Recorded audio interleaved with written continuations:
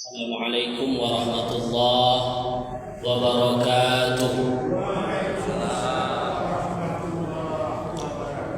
Alhamdulillahi wahidil atiyah, wassalatu wassalamu ala khairil bariyah wa ala alihi wa sahbihi zawin nufuziz zakiyah. Ashhadu an la ilaha illallah wahdahu la syarika lah wa ashhadu anna Muhammadan abduhu wa rasuluhu la nabiyya ba'dah. Subhanaka la ilma lana illa ma 'allamtana innaka antal alimul hakim. Rabbi ishrah li sadri wa yassir li amri wahlul 'uqdatam min lisani yafqahu qawli. Yang saya muliakan para orang tua kami, alim ulama, tokoh masyarakat yang hadir pada wirid Rabu ini, Rabu malam, ya, tapi baguslah rutin kita laksanakan. Mudah-mudahan kehadiran kita ini dinilai ibadah oleh Allah. Amin ya rabbal alamin. Berselawat kita kepada Rasulullah sallallahu alaihi wasallam. Allahumma shalli ala sayyidina Muhammad wa ala ali Muhammad. Dengan berselawat kepada beliau, mudah-mudahan yaumil mahsyar kelak kita mendapat syafaat darinya pada hari yauma la yanfa'u malun wala banun illa man atallaha biqalbin salim. Pada hari itu tidak ada gunanya harta, jadi kekayaan itu tak ada gunanya. Wala banun, anak tidak ada gunanya. Illa man atallaha biqalbin salim, kecuali orang-orang yang datang kepada Allah dengan hati yang selamat. Inilah nanti yang ditengok oleh Allah, orang-orang yang datang kepada Allah dengan hati yang bersih, hati yang terbebas dari sifat-sifat munafik, hati yang terbebas dari sifat sombong. Karena sifat sombong merupakan dosa pertama. Dosa pertama di langit, dosa pertama di bumi. Kok begitu Ustaz? Siapa yang pertama kali sombong, Pak? Iblis di langit. Iblis itu adalah raja malaikat.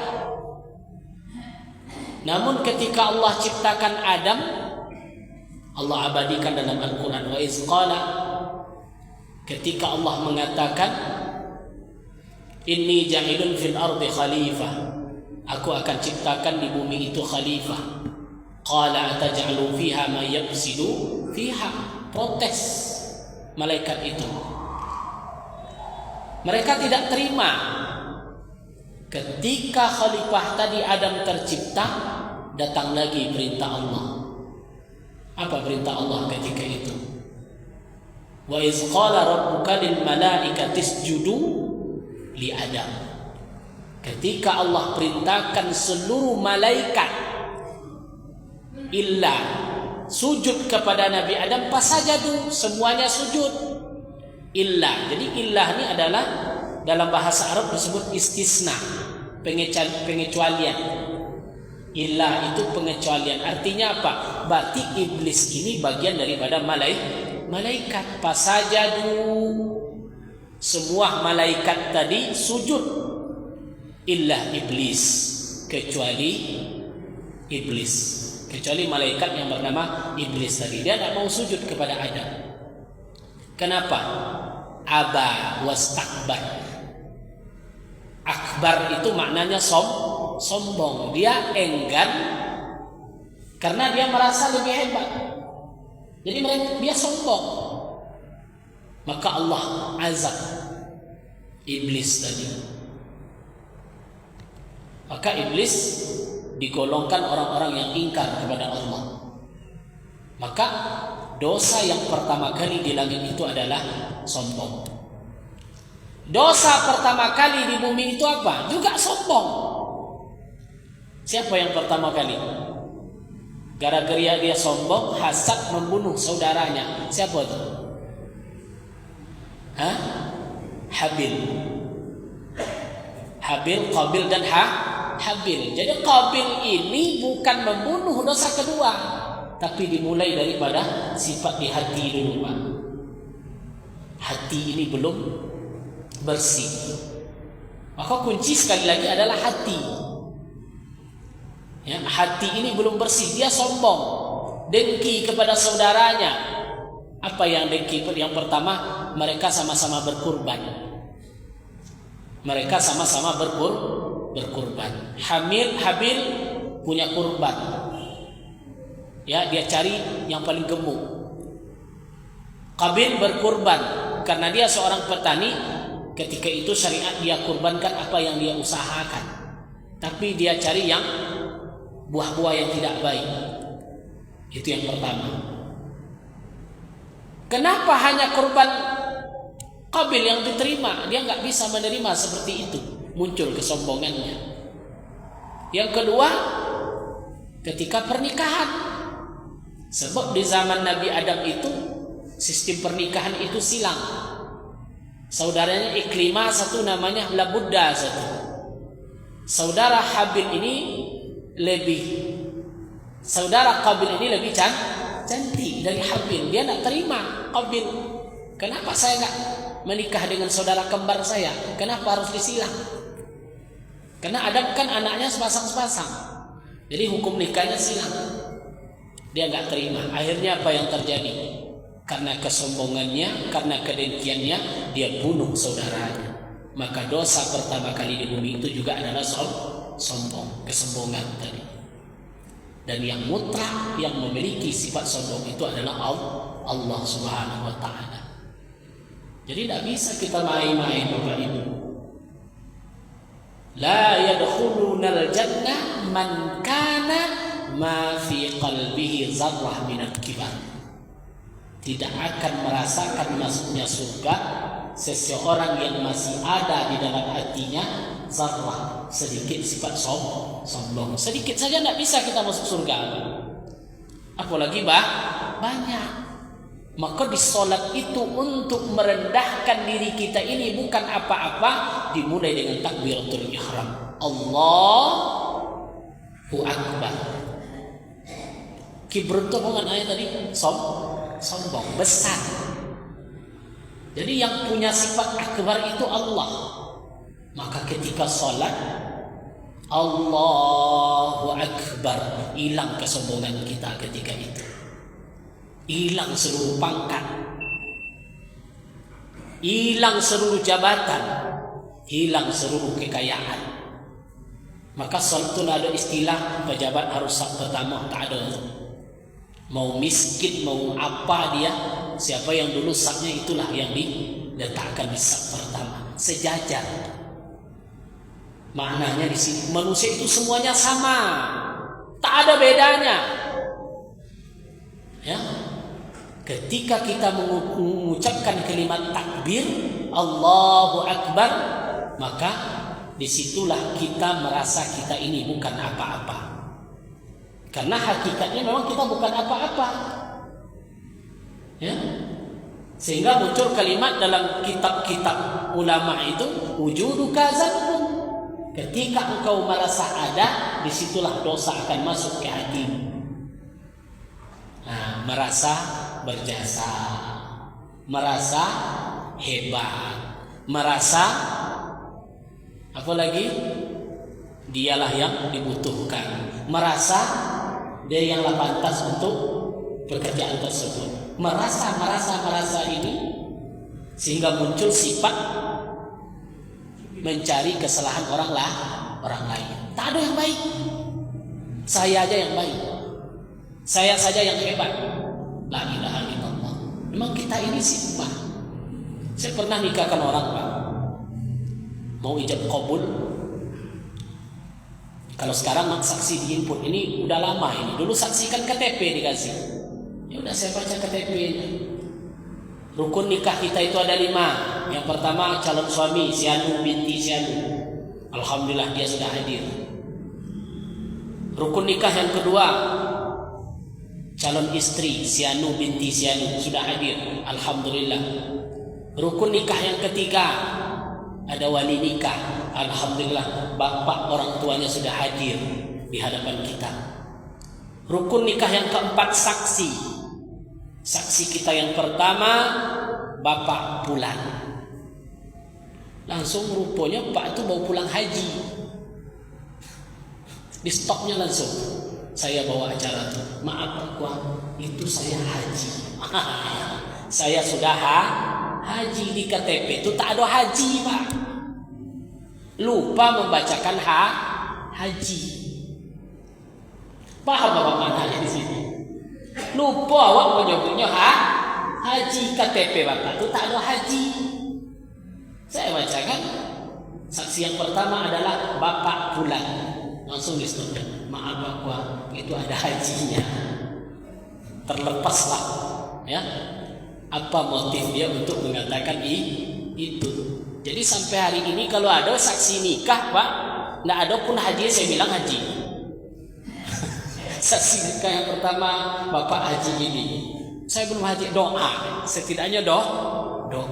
Daripada pas acara ini kan protes dia, ya?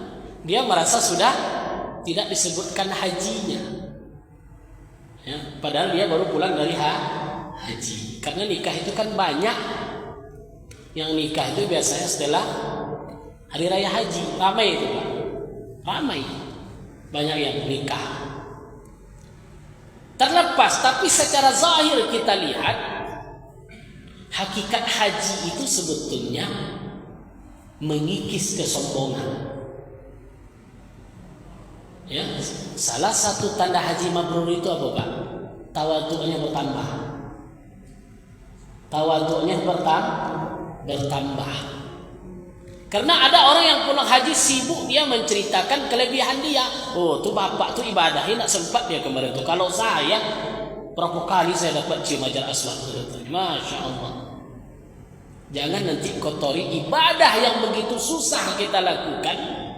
Habis hanya gara-gara kita sombong. Nah, padahal haji itu adalah salah satu yang membentuk orang itu tawadhu, tidak sombong, adalah ibadah haji. Kenapa? Karena haji nampak tilas kematian kita kepada Allah. Kalau yang ingin mati itu sombongnya atau tidak? Tidak. Maka salah satu zikrul maut, menghilangkan kesombongan, adalah ingat mati, hilang sombong. Kita ingat mati, kembali kepada tanah. Diciptakan dari tanah, kembali kepada tanah. Jadi ketika orang-orang yang ingat asal usulnya, maka kesombongan itu akan hilang. Ini nasihat orang-orang tua kita kan itu dulu. Ingat asal. Jadi orang sekarang sudah lupa dengan asalnya. Kita berasal dari mana? Turab. Ya laitani kuntu turaba. Turab. Turab itu apa maknanya? Tanah, debu. Kalau tanah, pertama kita melangkah tuh yang kita injak itu siapa? Tanah. Kotoran buangnya ke mana? Tanah. Diinjak-injak orang asal kita Pak. Maka ketika kita sombong, apalah yang saya sombongkan? Itu asal saya diinjak. Di bawah telapak kaki. Disitulah posisi kita. Jadi hikmah kita diciptakan dari tanah itu untuk apa? Supaya kita jangan sombong. Supaya kita jangan sombong. Apa hubungannya dengan ibadah haji tadi? Dinyatakan haji adalah napak tilas i'tibar dalam kehidupan kita ketika kita dikembalikan kepada Allah Subhanahu wa taala. Itulah hakikat haji yang sebetulnya. Ya, itulah hakikat haji. Satu, orang yang haji selalu dia berangkat melaksanakan haji, ramai tak yang ngantarnya? Ada jemaah kita ikut haji, ramai tak kita ngantarkannya? Ramai. Apalagi kalau di kampung-kampung tuh Pak, satu orang yang naik haji, ya Pak Haji Muzaki, kalau ke awak kan, satu yang naik haji itu 30 mobilnya Pak ikut tuh ngantar. Ramai yang ngantar. Jadi uji keikhlasannya luar biasa. Tapi ada makna tersembunyi di sana. Kira-kira orang mati ramai nggak yang ngantarkan? Sama-sama ramai. Nah, yang tibar itu yang diambil. Orang haji ramai yang mengantarnya. Orang mati ramai yang mengantarkannya. Itu yang pertama. Yang kedua, orang yang berangkat melaksanakan ibadah haji, kira-kira ditangisi nggak kepergiannya oleh keluarganya? Oh, mana nangis Pak? Itu pengalaman apa haji dulu mungkin. Ya, Pak Haji sama istri dulu berangkat. Pak Ketua sama istri berangkat dulu haji. Berangkat hajinya. Pak Haji Samsir sama istrinya dulu berangkat. Iya. Nangis nggak anak-anak melepaskannya? Nggak ya? Pasti nangis. Saya aja orang tua, saya antarmu nggak tertahan air mata tuh. Kita mana? Menangis. Sama-sama ditangisi. Kira-kira kita ngantarkan jenazah orang tua kita ke kuburan, nangis tak kita? Nangis tak Pak? Nangis. Itulah dua iktibarnya. Sama-sama ditangisi. Sama-sama ramai yang mengantarkannya.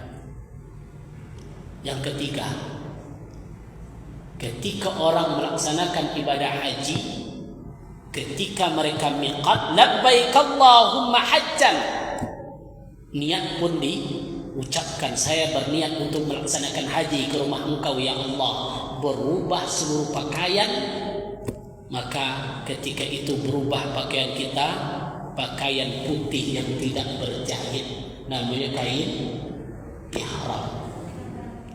Ihram Pak, putih tidak berjahit. Ketika jenazah dimasukkan ke liang lahat, tangkap semua pakaiannya. Dia hanya membawa satu pakaian, warnanya putih tidak berjahit, namanya kain kafan. Sama atau tidak? Sama. Jadi haji itu bukan sebuah kebanggaan, tapi rasa kita kembali kepada Allah, nampak tilas kematian. Ya, sama-sama putih, tidak berjahit, cuma beda nama. Satu namanya kain ihram, yang satu namanya kain kafan. Gimana kita sombong begitu kalau yang tiba itu yang kita ambil? Lanjut, ketika orang ibadah haji lah terkonak kain putih dari semuanya, maka datang puncak haji tadi 9 Zulhijjah, wukuf namanya. Di manakah dia wukuf? Di padang Arafah. Ketika jenazah masuk ke liang lahat, apa yang dia tunggu? Kiamat.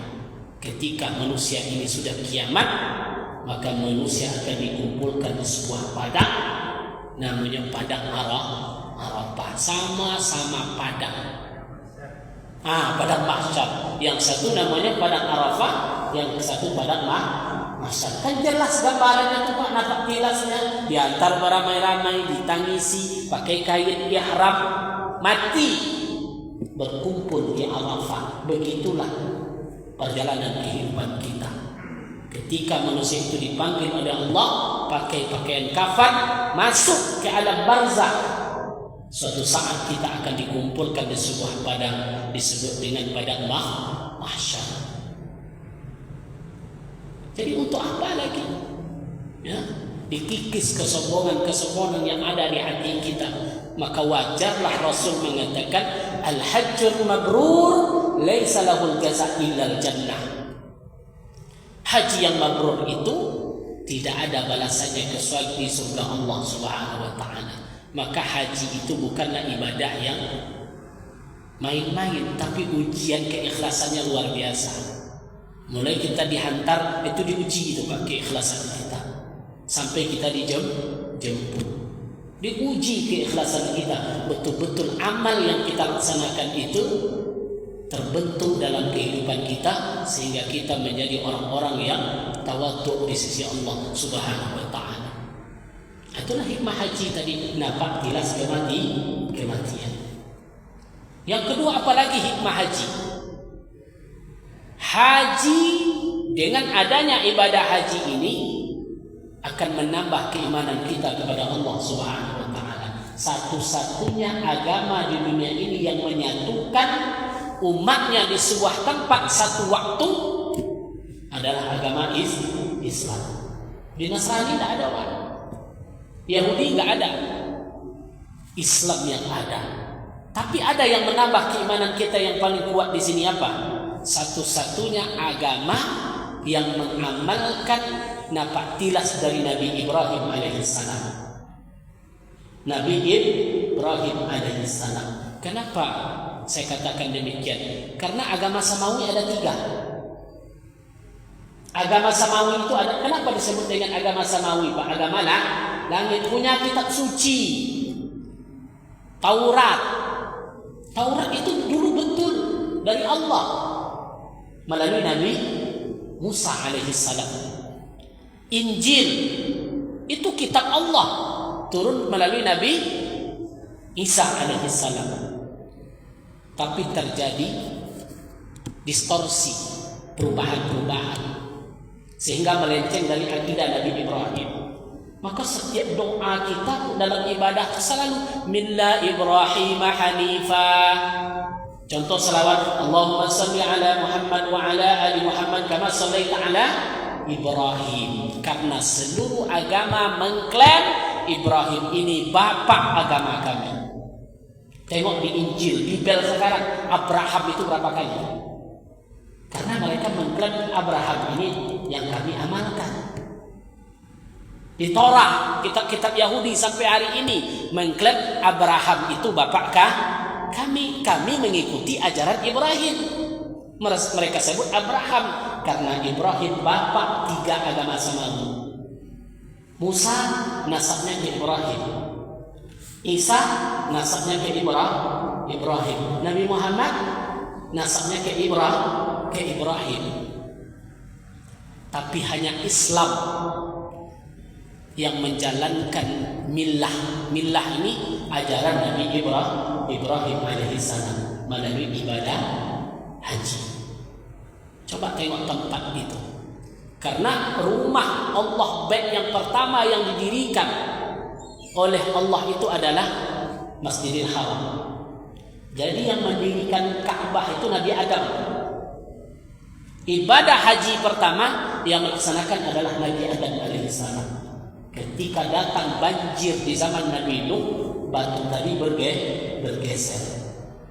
Nah, ini kisahnya. Maka Allah perintahkan Ibrahim dan Ismail naikkan lagi. Maka bahasa Al-Quran itu bukan mendirikan. Iz yarfa'ul qawa'ida minal bait, kata Allah dalam surah Al-Baqarah. Manakala Ibrahim dan Ismail menaikkan kembali batu pondasi yang didirikan oleh Nabi Adam alaihissalam. Jadi bait suci Allah itu dinaikkan lagi oleh Ibrahim dan Ismail. Muncul buktinya sampai hari ini. Apa? Maqam Ibrahim, Hijr Ismail. Oh, orang Israel mengatakan Ibrahim di Hebron, Palestina yang dijajah Israel hari ini. Betul. Maka disebut Hebron itu kota Al-Khalil. Ada di sana Masjid Ibrahim Al-Khalil. Cuman orang Israel dibagi 2 hari ini. Satu untuk orang Yahudi, separuh untuk orang Muslim. Cuman yang untuk Islam ini sering ditutup oleh polisi Israel sampai hari ini, Pak. Di situ ada makam daripada Sarah, istri Ibrahim yang pertama. Sarah anaknya siapa? Ishak. Dengan nikah dengan Sarah, Ibrahim tak dapat anak. Maka nikah dengan Hajar. Hajar belum lama nikah langsung hamil. Maka lahir Ismail. Di mana lahirnya Ismail? Di Palestina.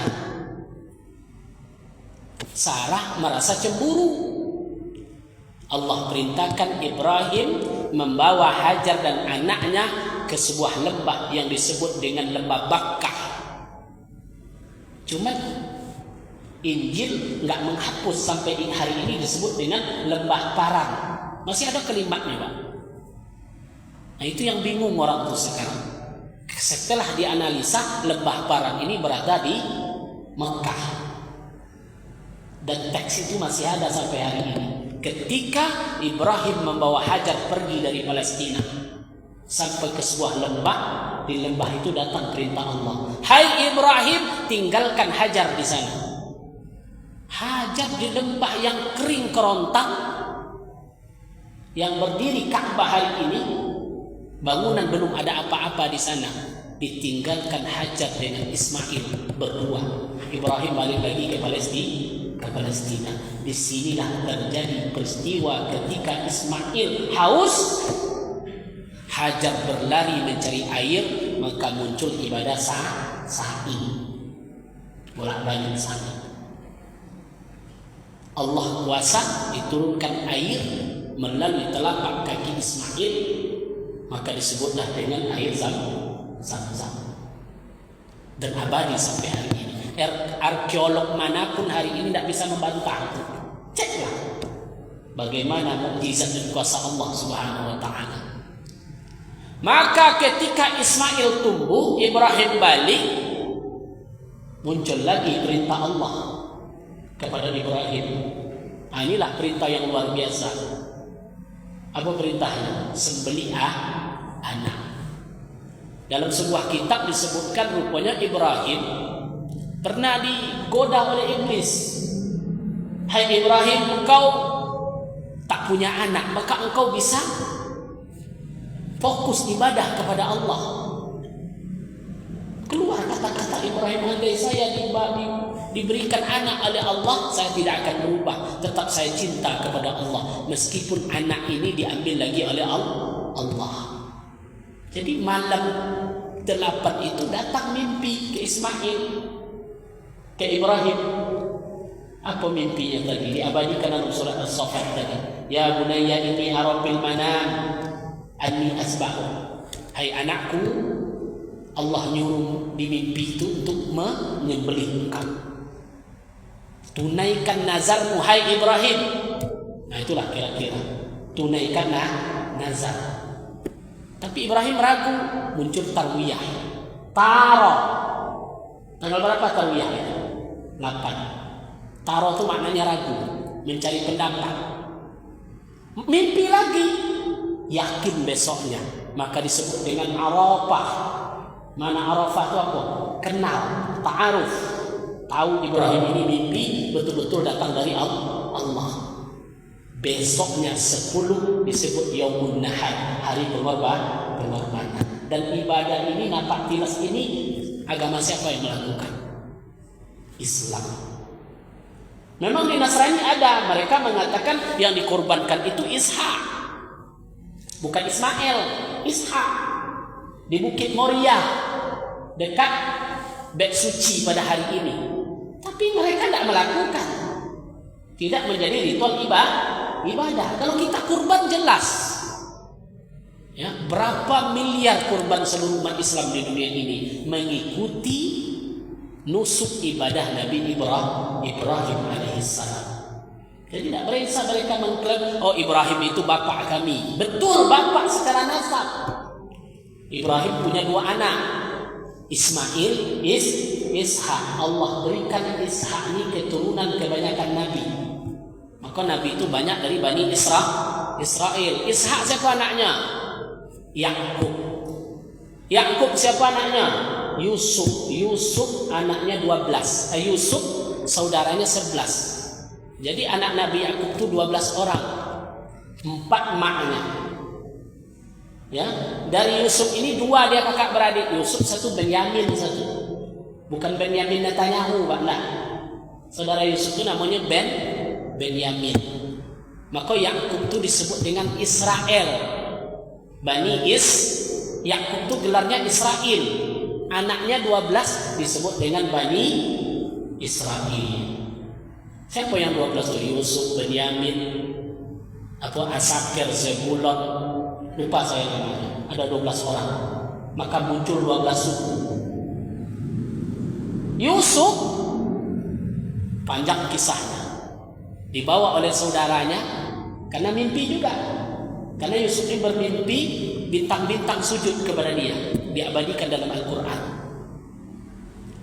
Saudaranya ini dibuang ke dalam sumur. Sampai di sumur ada yang mengambil air. Akhirnya ketemu Yusuf diletak di pasar, dikasih label harganya kalau nggak saya berapa dinar, dijual Pak Yusuf. Nabi yang paling ganteng itu siapa? Yusuf. Seganteng apapun Yusuf, tapi dia pernah dijual jadi budak. Akhirnya yang membeli siapa? Kitmir. Siapa Kitmir ini? Menteri Keuangan Fir'aun. Menteri Keuangan Fir'aun. Dibeli Yusuf tadi. Ketika Yusuf besar, rupanya ganteng banget istilahnya kan. Akhirnya yang jatuh cinta siapa? Istri Kitmir, namanya Zulaikha. Tengok dalam Al-Quran kisah. Terjadi. Akhirnya Yusuf dipenjara. Kan panjang kisahnya itu. Ketika Yusuf keluar, Zulaikha ini kan kalau Pak Kuas sering juga doa dia. Allahumma alif qulubahuma. Pernah dengar Pak? Baina Adam wa Hawa wa alif qulubahuma ya Allah baina Yusuf wa Zulaikha. Berarti beliau ini wanita mulia. Ketika Kitmir wafat, Zulaikha ini dia ajak wanita-wanita Mesir ke rumahnya. Ini orang-orang Israel semua nih. Yusuf ini Bani Israel. Sementara Zulaikha ini adalah orang Kipti, Arab Mesir. Dia dipanggil perempuan-perempuan ke rumahnya. Setelah mereka ngumpul, dikasih apel, dihidangkan buah, dikasih pisau. Apa yang terjadi Pak? Dalam Al-Quran tengok kisahnya. Ketika Yusuf disuruh keluar, ibu-ibu tadi sambil membuka buah tadi, bukan buah yang dipotong, tapi apa? Tangannya berdarah. Biusnya luar biasa. Saking gantengnya ibu-ibu itu terbius. Pernah ibu menengok orang ganteng seperti itu? Nah, ada. Akhirnya Yusuf menjadi menteri keuangan. Dia memegang bendahara Fir'aun. Dibawa saudaranya yang 12 tadi, yang 11 tadi ke Mesir. Maka Bani Israel berkembang di Mesir. Mereka memegang tampuk-tampuk ekonomi. Maka sampai kini Pak, ekonomi dunia ini yang megang orang apa? Jujur aja gitu, orang-orang Israel. KFC siapa yang punya? Siapa yang punya KFC? Orang Israel. Maka diboikot, jangan dibeli. Kok nak dibeli terus kan? McD siapa yang punya? Orang Yahudi. Keturunan Benyamin ini, keturunan Nabi Yakub. Akhirnya Fir'aun marah. Ditindaslah orang-orang Yahudi di Mesir sehingga mereka menjadi budak. Tapi Allah tolong melalui Nabi Musa alaihissalam. Musa Bani Israel diselamatkan Bani Israel dari Mesir sampai membelah Laut Merah. Jadi panjang kisah Bani Israel ini. Maka Nabi dan Rasul mayoritas semuanya dari Bani Israel, kecuali 4 orang yang dari Arab. Cuma 4 orang Pak. Salah satunya Nabi Muhammad dari klan Ismail. Jadi mereka tak terima kenapa Ismail ini penutup, keturunannya penutup segala Nabi dan Rasul. Sementara Nabi dan Rasul itu dulu dari kami. Yakub, Yusuf, Ayub, Syuaib, Harun, Musa, Daud, Sulaiman, sampai kepada Nabi Isa alaihissalam. Semua orang itu adalah dari Bani Israel. Jadi mereka membom Gaza hari ini, mereka menganggap semuanya keturunan Ismail. Mereka menyebutnya istilah Amalek. Amalek itu boleh dibunuh. Nah, itulah doktrinnya Pak. Cuma itulah sayang sampai hari ini sudah hampir 38.000 yang mati, yang syahid. tapi dunia tidak bisa bergerak, tidak bisa menghentikan. Kenapa lah sebabnya itu? Itulah nubuat dari Rasulullah Sallallahu Alaihi Wasallam, dan itu merupakan bagian dari tanda-tanda akhir zaman. Jadi poin yang kita ambil di sini itu apa? Satu-satunya yang mengamalkan ibadah Nabi Ibrahim adalah agama Islam melalui ibadah haji, melalui ibadah kurban. Maka mantaplah keimanan kita kepada Allah. Mereka mengklaim kami Ibrahim, Nasrani mengklaim kamilah Abraham. Islam justru melaksanakan napaktilas apa yang dilakukan oleh Nabi Ibrahim alaihissalam, yang mendirikan, menaikkan pondasi Ka'bah dengan anaknya Ismail alaihissalam. Inilah hikmah-hikmah yang kita ambil di Zulhijjah ini. Tambah keimanan kita melalui haji, melalui kurban. Cuman pertanyaannya hari ini, di situ dibuktikan Allah lebih sayang kepada Ibrahim, lebih sayang kepada Allah daripada anak. Nah, ini ujian terberat nih Pak. Contoh, anak kita masuk pegawai, minta 50 juta. Apa hukum 50 juta tadi Pak? Hah? Apa hukum 50 juta tadi? Haram atau halal? Anak bapak masuk pegawai gajinya 10 juta, bayar 50 juta. Pertanyaannya, sayang anak atau sayang Allah? Ayo.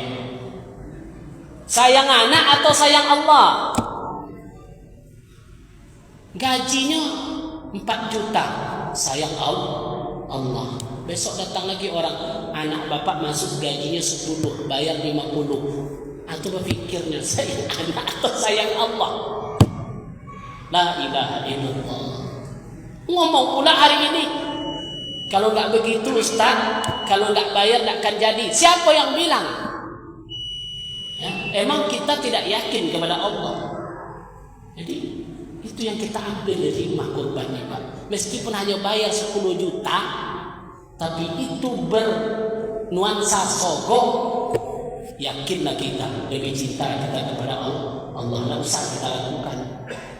Di seluruh aspek tuh Pak, naik jabatan, naik ini, bayar, tidak usah. Lebih sayang kita kepada Allah. Itulah yang kita diuji hari ini. Ya, mudah-mudahan bermanfaat. Ya, udah berbunyi waktu isya kita. Mudah-mudahan kita istiqomah, hilangkan sifat kesombongan, dan kita hindarkan dari hal-hal yang dimurkai oleh Allah Subhanahu wa taala. Allahu muwaffiq ila aqwamit thariq. Assalamualaikum warahmatullahi wabarakatuh.